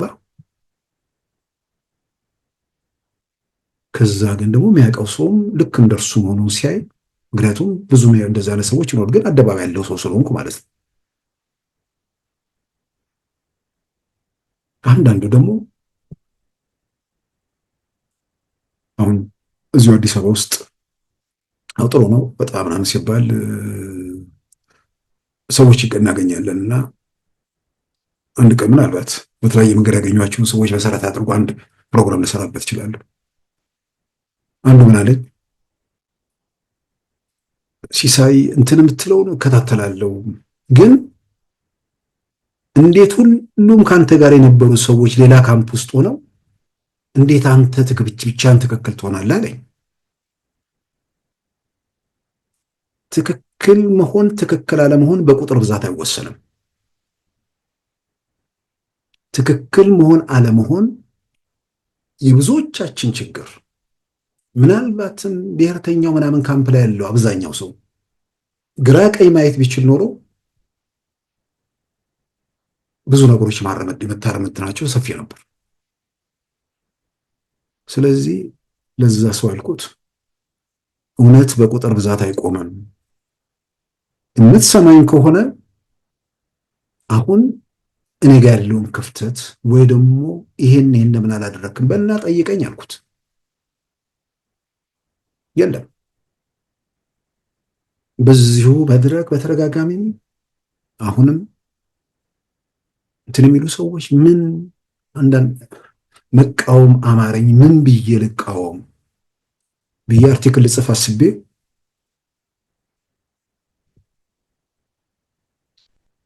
በሆነ ምክንያት ብቻ ተውኩት። ምናልባት ትኩረት ይስባል ብዬ ነው። ምክንያቱም መደነቋቆር ሆነብኛ ሁሉን ነገር ማየው። ሰዎች እየታሰሩ ይለኛል። ሰዎች ሲታሰሩ አይደለም ነገሩ የሚጀምረው ነው።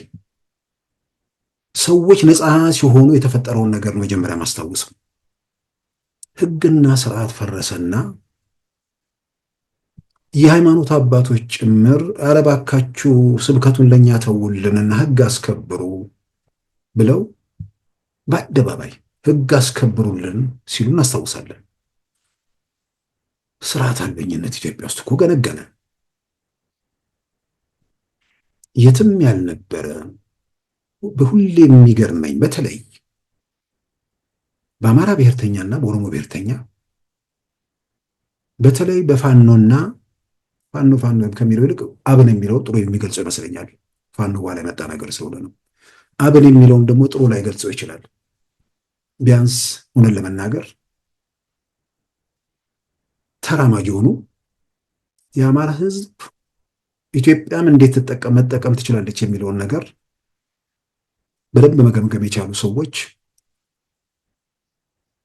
መድረኩ ላይ እንዳሉ ነው የምንረዳው። ይሄ ጭብጨባ የሚፈልገው በጭብጨባ ምንድነው የሚንጠራራና የሆነ ነገር ሲመጣ የሚያንጎነበሰውን ሳይሆን ይሄ ወይም ህዝብ እንዴት ይጠቀማል የሚለውን ማየት የሚችሉ መገምገም የሚችሉ ሰዎች አሁን መጥተዋል ብዬ አምናለሁ። ለምን ስልጣን ያዙ ብለው ደግሞ ይቀኑባቸው ሰዎች አሉ። ስልጣን ሰዎቹ የተለወጡ ስልጣን ከያዙ በኋላ ሳይሆን ከተለወጡ በኋላ ነው ስልጣን የያዙት።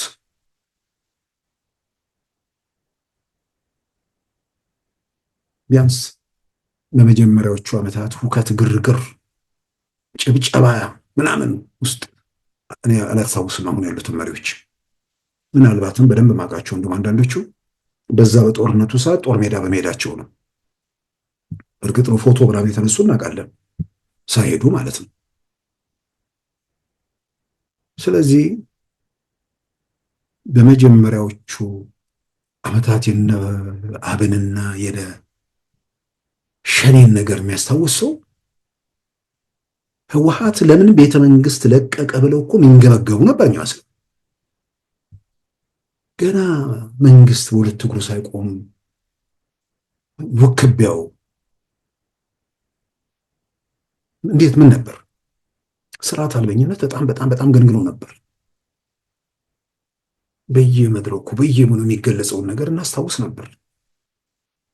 ይሄ ደግሞ የፈጠረው መደፋፈር፣ ስርዓት አልበኞች ሰዎች ዘግዝቀው ሲገድሉ፣ በድንጋይ ሲወግሩ ምናምን እናስታውሳለን። ስለዚህ መንግስት ምንድነው የታመቀው ነገር በር ይከፋፈት የሚለው ኦናው ምንድነው ኦና ቤቱ ሲከፋፈት የሆነ የሚሸት ነገር አለ፣ በኋላ አየር ሲገባ ይለወጣል የሚለው ነገር ኦና ቤቱ የተበከለ አየር እንደገና ገባበትና የበለጠ ንጹህ አየር አለ የተጠበቀው የበለጠ የቆሸሸ እና የሚተነፈግ አየር ገባና ሀገሩ ሌላ ማዕት ውስጥ ሌላ መከራ ውስጥ ወደ መግባት ሄደ። ዩቲዩብ እና ፌስቡክ ላይ እኮ ብሔረሰብ መሳደብ የሚያስጨበጭብ ሆነ።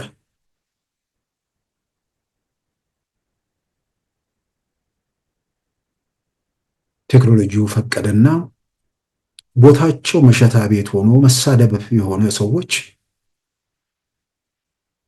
ስልክ ይዘው ብዙዎች የሚመለከቷቸው ሆኑ። ኮምፒውተር ላይ ምናምን ቁጭ ብለው ስድብ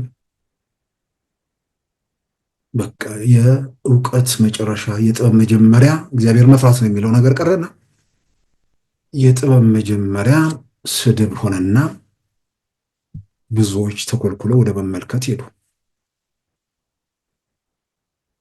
ብሔርተኝነት መጥፎ ነገር ሚዛን ስለሚያዛባ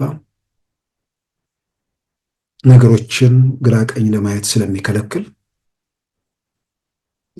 የኔ አይደለም የሚለው ብሔረሰብ ወይ ደግሞ ሰፈር ምናምን ሲሰደብ ያንን የሚያደርገውን እንደ አርበኛ መቁጠር ተጀመረ። ዛሬም የሚሉ ሰዎች እንደዚህ ለመብት ታግሎ እስር ቤት ስላሉ ስማቸውን አልጠራም እንጂ የተደራጀ ዘረኝነት ሲቀሰቀሱ የነበሩ ሰዎች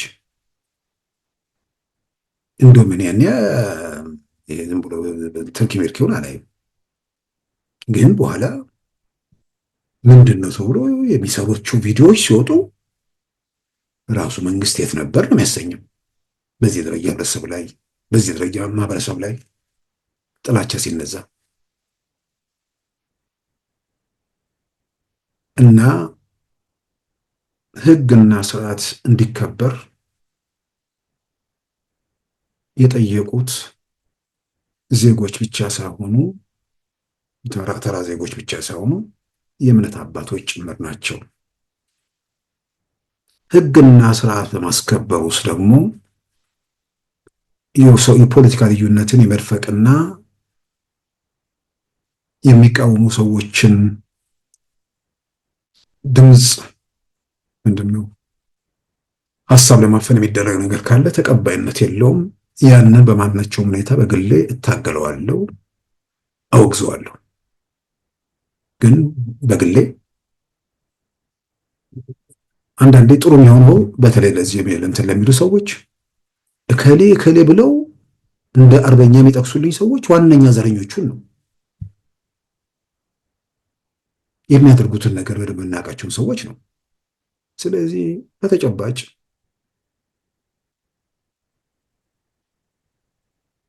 የዘር ቅስቀሳ ምናምን ውስጥ ሳይገቡ ሁከት ግርግር እንዲፈጠር ሳይሹ ወይ በደቦ የገቡ ወይ ደግሞ መንግስት ሆን ብሎ ያጠቃቸው ሲል የቀላቀላቸው ካለ እነዛን ንገሩንና በጋራ ድምጻችንን እናሰማ። ከዛ ውጭ አብዛኞቹ ማቃቸው የመጀመሪያዎቹ ዓመታት ኢትዮጵያ ውስጥ ለነበረው ግርግር፣ ሁከት፣ ቀውስ ዋና ተዋናዮቹ ናቸው። ያም ሆኖ ሰዎች መንግስት ምንድነው መንግስት የመጣበት መንገድ በቀላሉ ስለመጣ በጫጫታና በግርግር የሆነ መንግስት እንትን ይላል ብለው እንደዛ ምኖ ሊሆን ይችላል። ጸጸታቸውን ከገለጹ ምናምን ካሉ ትልልቅ ወንጀለኛ ሀገር ላይ ምናምን ላይ ፈጸመ እንኳን ተፈቷል። ስለዚህ መንግስት ቢያንስ የፎከሩ ሳይሆን ቢያንስ ጥፋታቸው ምናምን ራሳቸውን እንትን ማለት ከቻሉ በእንደዛ መልኩ በተለይ ከዚህ ከሽምግልና ከእርቅ ምናምን ጋር አያይዞ እልባት ቢሰጣቸው እንትን ላለው። ምክንያቱም ከዚህ በኋላ የመረበሽ አቅም የላቸውም። መጨነቅ የሚገባው ማለት የሚልም አሁን አርፎ ነው የሚቀመጡት። ይሄ ፉከራ ምናምን ከዚህ በኋላ አይኖርም። መንግስት አቅሙን ስላጠናከረ የጸጥታ ተቋማት ስራቸውን ስለሚሰሩ በዚህ ረገድ የለም። ስለዚህ ዘረኛ መንግስት ሄዶ ኢትዮጵያዊ መንግስት ነበር ስታገል እንዲመጣልኝ ስትፈለስ እመኝ የነበረው ኢትዮጵያዊ መንግስት መጥቷል። ስለዚህ ሌላ ዓላማ የለኝም። ኢትዮጵያዊ መንግስት እንዲመጣ ስታገል ነበር። የመጣው መንግስት ደግሞ ሀገር ውስጥ ያለ ዘረኛ ሁሉ ፋታ የነሳው መንግስት ነው።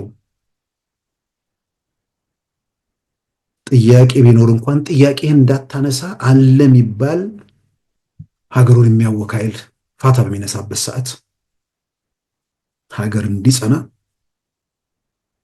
ዘረኞች እንዲመክኑ፣ ኢትዮጵያዊነት እንዲያብብና እንዲጎለብት ስራ ስሰራ ነበር። በህይወቴ ለሰከንድ ነው የምለው የሚጸጽተኝ ነገር የለም። ዛሬ በማደርገው ብቻ ሳይሆን ትላንትም በመጣሁበት መንገድ ላይ ዘረኝነትን ነበር ስዋጋ የነበረው፣ ዘረኝነትን ነበር ስታገል የነበረው፣ ቡድንን ነበር ስቃወም የነበረው። በየትኛውም ሁኔታ ውስጥ ዛሬ ማዕት ነገር እንደዚህ ምናምን ይባላል። አንድም ሰው በጽሁፍም በድምፅም በምስልም ከግለሰቦች ከቡድኖች አልፎ ኢትዮጵያ ውስጥ የትኛውንም ማህበረሰብ በተመለከተ የተናገርኩት የለም ብቻ ሳይሆን የምናገረው ውስጥ ያለውን እውነት ስለሆነ ጭብጨባ ፈልጌ ወይ ደግሞ ጩኸት ፈርቼ ከትክክል ነው ከምለው ነገር ላይ ዝንፍ ብዬ አላውቅም። ለመመጻደቅ አይደለም፣ ውስጥ ያለውን ነገር ስለምናገር ነው። በእግዚአብሔርም ላይ ጽኑ እምነት ስላለኝ ነው።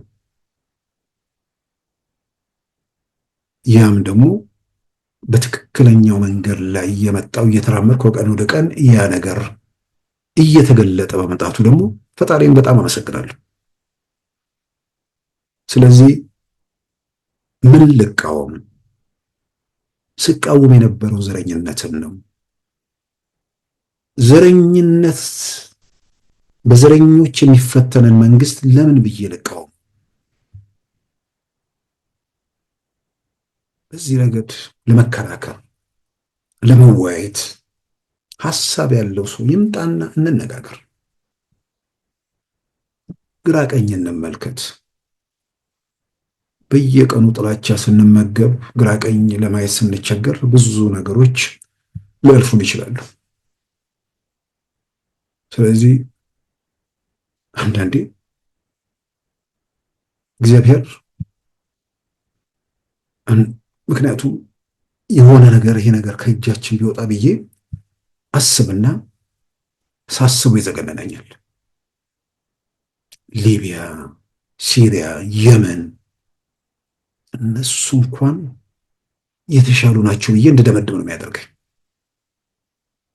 ግን አስፈሪውን አሳሳቢውን የጨለማውን ዘመን ትርጉም ባለው ሁኔታ ተሻግረናል። ስንሻገር አልጋ ባልጋ አይደለም። የኢትዮጵያ የጸጥታ ኃይሎች ህይወታቸውን አካላቸውን ሰውተው እዚያ አድርሰውናል።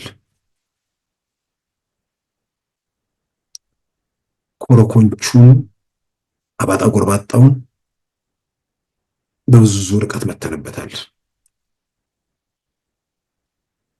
ከዚህ በኋላ ያሉ ነገሮች በጣም የተሻሉ የተስተካከሉ የግርግር የውከቱን ዘመን እያበቃም ወደ ተሻለ ምዕራፍ እንደምንሄድም የሚያሳይ ነው። ያ እንዲሆን ደግሞ የራሳችንን ጥረት ማድረግ፣ አይናችንን እንግለጥ፣ አእምሯችንን እናፍታታ። ለምንድን ምን ስለጎደለ ምን ስለተደረገ ነው ምንቃወሙ? በቋሚነት ጥላቻ ስለምንመገብ ጥላቻው የሚፈጥርብን ነገር እንዳልሆነ እሱን ማረጋገጥ ተገቢ ነው ብዬ አምናለሁ። ከዚሁ ጋር በተያያዘ ባጭሩ ለማንሳት ሰዓትን በጣም ሄዷል። እስክንድር ሰሞኑን ከትናንት በስቲያ ወደ ኤርትራ መልእክተኛ መላኩን በተመለከተ ወደ 15-16 ደቂቃ አካባቢ ወጣ ኦዲዮ ተከታትለናል። ብዙ ሰዎች አስተያየት ሰጥተውበታል። ብዙ ነገሮች እንትን ብለናል። ግን 2-3 ነጥቦች ብቻ በብዛት ስለተነሳ ማለት ነው። አንዳንዶች ከኤርትራ ጋር መስራቱ ምን ነውር አለበት፣ ትላንት ሲሰራ አልነበረ የሚል የሚያነሱ ሰምቻለሁ። ትላንት ከኤርትራ ጋር ሲሰራ የነበረው ኢትዮጵያ ውስጥ ኢትዮጵያን ለማጥፋት የመጣ ዘረኛ ስርዓት ለመታረም ራሱ ያልፈቀደ ከጊዜ ወደ ጊዜ በሽታው ህመሙ እየበረታበት ዘረኝነቱ ወደ ካንሰርነት የተቀየረ የማይታረም የማይለወጥ ቡድን የኢትዮጵያ ፖለቲካ ስልጣንን ስለያዘ ያንን በመክርም በጸበልም በምንም የማትፈውሰው አይነት ነገር ሲሆን ይህን ኃይል ከኤርትራም ጋር የተያዘ ኤርትራ በማዕቀብ በምናምን እንድደቅ አስተዋጽኦ አድርጎ ብላ ስለምታምን እሷም በራሷ ምክንያት ኢትዮጵያውያንም በራሳችን ምክንያት ኢትዮጵያ ውስጥ ያለው መንግስት መለወጥ አለበት የሚል አቋም እምነት ነበር። ህወሓት በመለወጡ ኢትዮጵያ ምንድን ነው የሚያጣው? ኢትዮጵያውያን ምንድን ነው የሚያጡት? የዘረኝነት ስርዓት ማክተም ምንድን ነው የምንጎዳው? ትላንት ትክክል የነበረውን ነገር ዛሬ ላይ እንትን ልል አልችልም።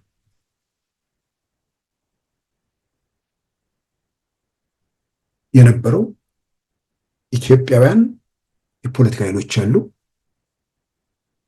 በሌላም በኩል ደግሞ በዘር የተደራጁ ነገር ግን በዘር የተደራጁት ውስጥ ከዛ ስብስብ ውስጥ ኢትዮጵያዊነትን የሚያቀነቅኑ ለምሳሌ ከኦሮሞ ነጻነት ግንባር ውስጥ እንደ ጀነራል ከማል ገልቹ ያሉ የመገንጠል ሐሳብን እየተው የመጡ በሌላም በኩል የቀድሞ የኦነግ መሪዎች እንደነ አቶ ሌንጮ ለታ ያሉት ደግሞ ይህ አይነት አስተሳሰብ የሀገር የማፍረስ ወይ ደግሞ የመንቀሳቀሰኛ አስተሳሰብ አይጠቅምም የሚል ነገር እያመጡ ስለመጣ ኢትዮጵያዊነት እየጎለበተ ብሔርተኝነት እየኮሰመነ የመጣበት ነገር ስለሆነ የሚደረገው ርብርብና ስብስብ የሆነ ኢትዮጵያ ላይ የተስፋፋ ዘረኝነትን ለመመንገል ነው። ዛሬ ደግሞ ያለው ከኤርትራ ጋር ማበር ማለት ማን ነው? ከኤርትራ ጋር የሚያብረው አክራሪው ህወሓት ማለት ነው። በተለያየ መንገድ በሚዲያም በምንም ያወጣው ፋኖ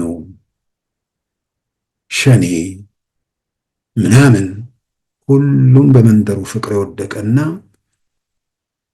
እኛም ሚል የማይገባው በኔነት የደነዘዘ ስብስብ ነው። ስለዚህ በማናቸውም መንገድ ከነዚህ ጋር ተደርጎ እነዚህ ከኤርትራ ጋር ተሰባስቦ የሚያደርጉት ነገር ኢትዮጵያን ለማፍረስ ነው እንጂ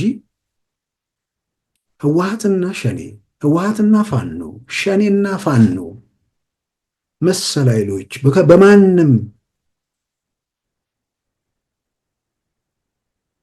በማንም የሚደገፉ ኢትዮጵያን ለማፍረስ ነው ከተሳካላቸው የሚመጡት። ስለዚህ ኤርትራ ከነዚህ ኃይሎች ጋር የምታደርገው ትብብር ካለ ኢትዮጵያን ለማፍረስ የሚደረግ ትብብር ነው። ህወሓት ኢትዮጵያን ሊያድን አይችልም። ፋኖ ኢትዮጵያን ሊያድን አይችልም። ሸኔ ኢትዮጵያን ሊያድን አይችልም። ስለዚህ እስክንድር ወደ ኤርትራ መልእክተኛ ላከ። ስለዚህ ትላንት እንደዚህ ነበር፣ ዛሬ ትላንት ኢትዮጵያን ለማዳን ኢትዮጵያ ኃይሎች የነበሩበት ኢትዮጵያዊነት የጎለበተበት አስተሳሰብ ሚዛን የደፋበት ነው። አሁን ግን አንድም ኢትዮጵያዊ ኃይል በሌለበት ሁኔታ ውስጥ ዘረኞች እንዴት እንቀራመት ወደሚል ነገር ገብተው ሀገር ሲያፈርሱ ማንም ጤነኛ ሰው ተመልካች ሊሆን አይችልም። ስለዚህ የሚደረገው ትብብር ኢትዮጵያን እንደ ሀገር ህልውናን ለማክተም የሚያደረግ ትብብር ነው። በዚህ ነገር የሚነሳው መከራከሪያ ትርጉም የለውም። የገረመኝ ምናልባት ብዙዎች ሲጠቅሱት ያላየሁት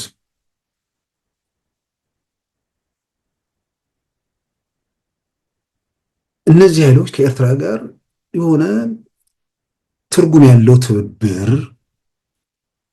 የሆነ በሌላው ነገር ይሄ የሚተኩሱት ምናምን ትርጉም የሌለው ብዙ ነገር አይተናል። ያው ብዙ የሚታወቅ ነገር ነው። ግን የሆነ ኤርትራም የሆነ እንደ ማስፈራሪያም እንደምንም ወይ ደግሞ ኢትዮጵያ ውስጥ ያለው መንግስት አስወግዳለሁ ብላም ይሁን በየትኛውም መንገድ የሆነ ትብብር ምናምን ይኖራቸዋል ብዬ የተወሰነ ጠረጥር ነበር። የላችሁም ብቻ ሳይሆን አሁን አስገራሚ ነገር የሆነብኝ ፖለቲካ እየሰሩ ነው ወይስ ዝም ብሎ የህፃናት ዕቃ ዕቃ ጨዋታ እየተደረገ ነው ብዬም ደግሞ ገረመኝ። የሆነ እታገላለሁ የሚል ከሌላ ሀገር መንግስት ጋር ለመነጋገር በድንበር በኩል አንድ የማይታወቅ ሰው መልእክተኛ ልኮ ከዛ በኋላ ከድንበር የሚመጣ ሰው ተቀብሎት አስመራ እስኪደርስ እኮ ራሱ ለውጥ ሊመጣ ይችላል ማለት የላኩት ሰዎች ራሱ ወይ እጅ ይሰጣሉ ወይ ምናምን ሊሆን ይችላል እኮ እንዴ።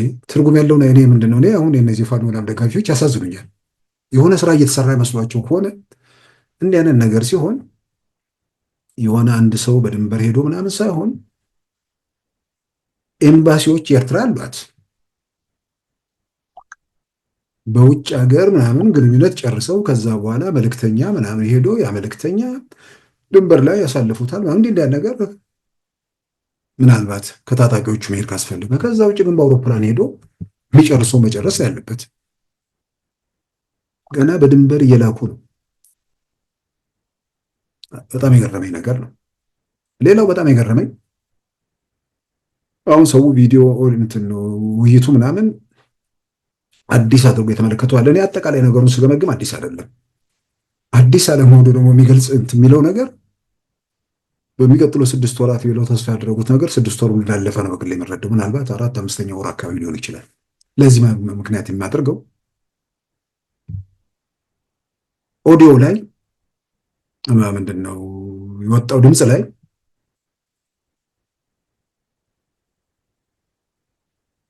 ሌላኛውን ቡድን ማለትም የነዘመንን ቡድን ማለት ነው ለምን አንድ አትሆኑም የሚል ጥያቄ ስለተነሳ አይ ምርጫውን ተቃውሞ ነው የሄዱት፣ እኛ ምርጫ አድርገናል እነሱ ምርጫውን ስላልተቀበሉ ነው፣ ነገር ግን አሁን ለመሰባሰብ እየሞከሩ ስለሆነ ከተሰባሰቡ በኋላ በጋራ ወይ እንደገና እንትን ማለት እንችላለን በላቸው። እየተሰባሰቡ የነበሩት ያኔ በመካከል ስምምነት ጠፍቶ እስክንድር ሊቀመንበር ሲሆን እነሱ አንቀበል ባሉበት ሰዓት ነው። ከዛ በኋላ ደግሞ እነመሬ ምናምን የሚባሉትን ሰብስበው እነሱ ደግሞ ሌላ ምርጫ ለማድረግ እየተንቀሳቀሱ ነበር። ያንን ወቅት ነው የሚያስታውሰኝ። የዛን ጊዜ ነው የሚመስለው ኦዲዮ የዛን ጊዜ መሆኑን ሌላው የሚያረጋግጠው እዛው ላይ የአማራ ሕዝብ ከ1 ዓመት በላይ ትምህርት ቤት ተዘግቶበት ተሰቃየ የሚል እስክንድር ያነሳል። ዛሬ ላይ ካየን 1 ዓመት ከ8 ወር አልፎታል የአማራ ሕዝብ ስቃይ ውስጥ ከገባ። እነዚህን ስንጨምር ከዛ በኋላ ደግሞ ሰሞኑን አንድ የፋኖ አመራር በርስ በርስ በፋኖቹ ውጊያ መሃል ተገደለ። ለዛ የሀዘን መግለጫ እስክንድር ባወጣበት የድምፅ ቅጂ ላይ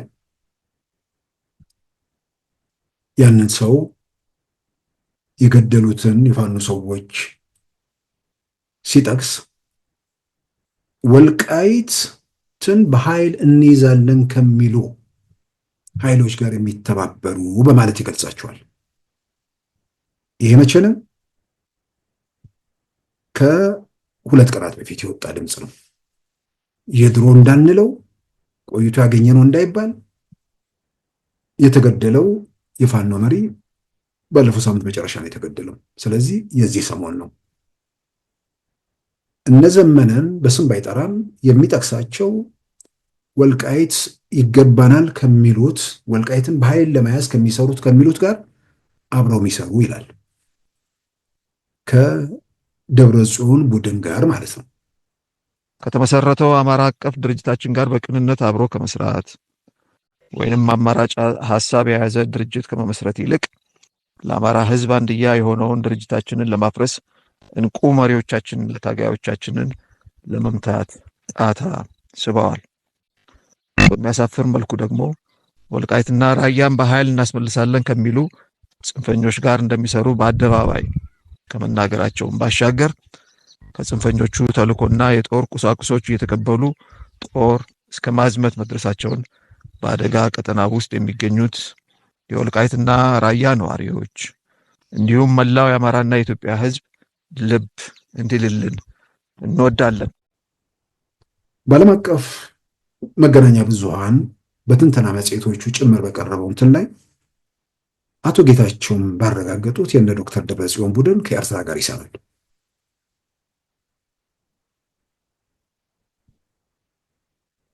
እነ እስክንድር ከኤርትራ ጋር ለመስራት ሞክረው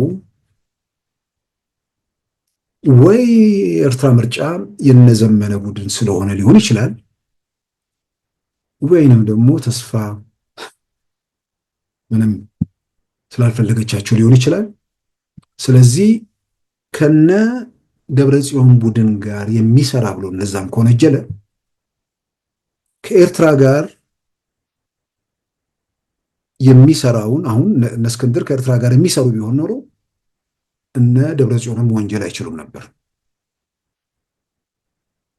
ስለዚህ ሊሆን የሚችለው ነገር ምንድነው?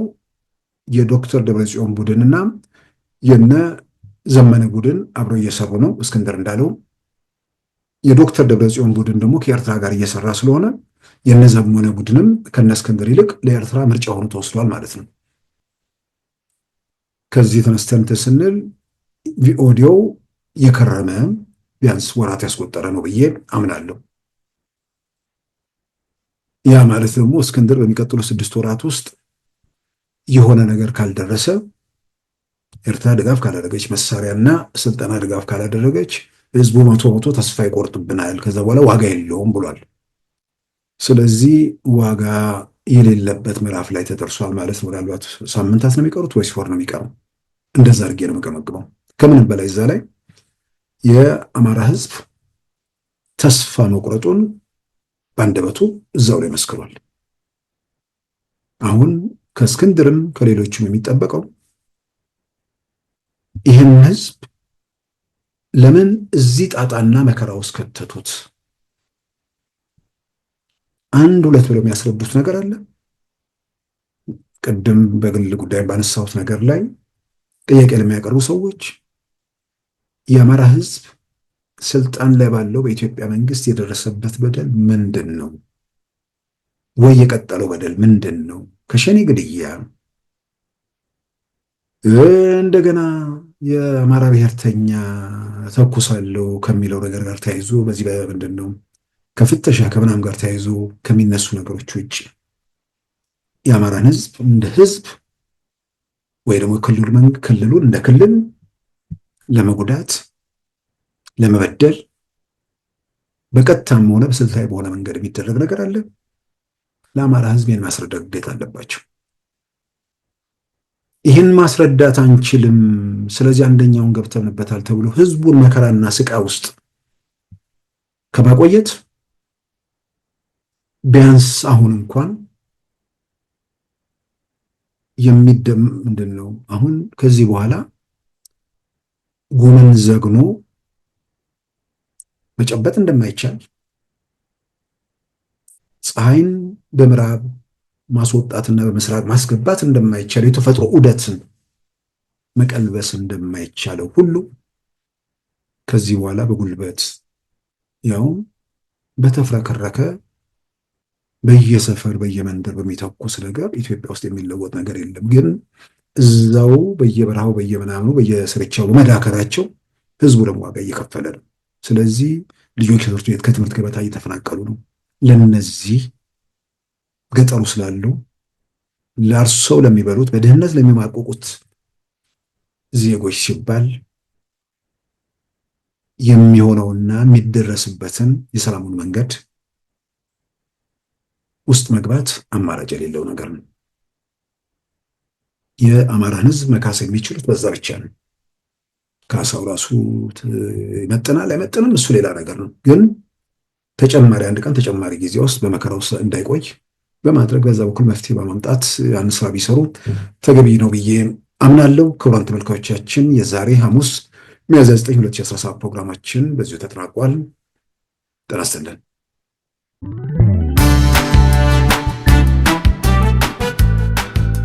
ሉዓላዊ ሚዲያን ይደግፉ።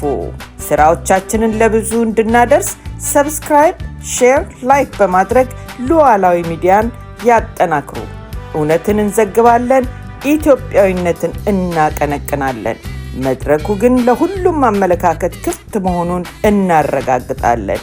ሉዓላዊ ሚዲያ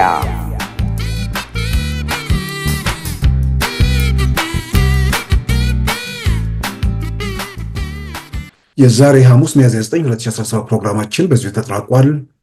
ጤና ይስጥልን።